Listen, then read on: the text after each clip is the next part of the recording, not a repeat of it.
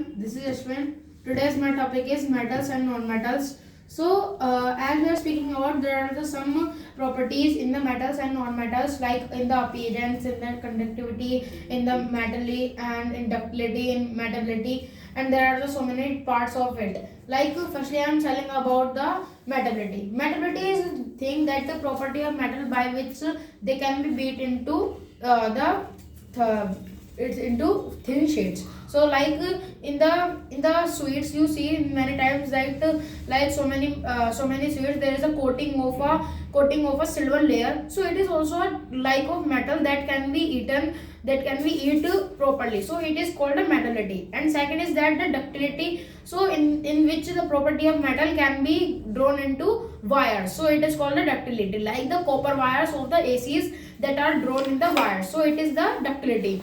And about the sonorous. Sonorous is a thing like the metals that produce ringing sound. That I can give you the example that if we take any metal rod and we take it in the sky and then we fell it on the ground, so it produce sound. So it is sonorous. But if we take our geometry box, it is made up of plastic. So then when we fall down, so it does not produce any.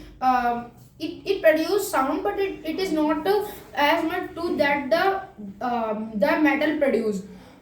Produces.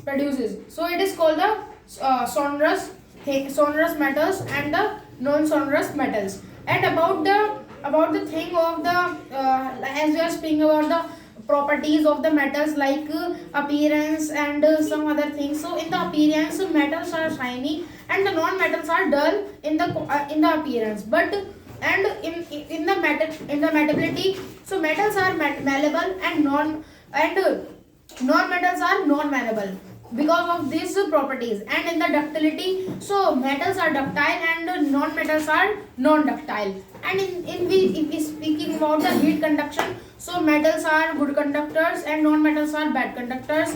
And if we are speaking about the electricity purposes, so the metals are good conductor and non-metals are bad conductor. And there are some other equations about it also, like the calamine solutions and some copper sulfate and iron sulfate and some hydrogen gases. And if I give you an example that about the copper plate, if we take a copper plate and we take some iron nails, and when we dissolve the copper sulfate into the iron, so it makes the iron sulfate, and the copper is formed distilled from it. And after it, when we call to the copper sulfate, so when we take the hydrogen sulfate and the copper, so when we take put together, so it can be take the copper sulfate and the hydrogen get up in the sky, and it remove in the sky.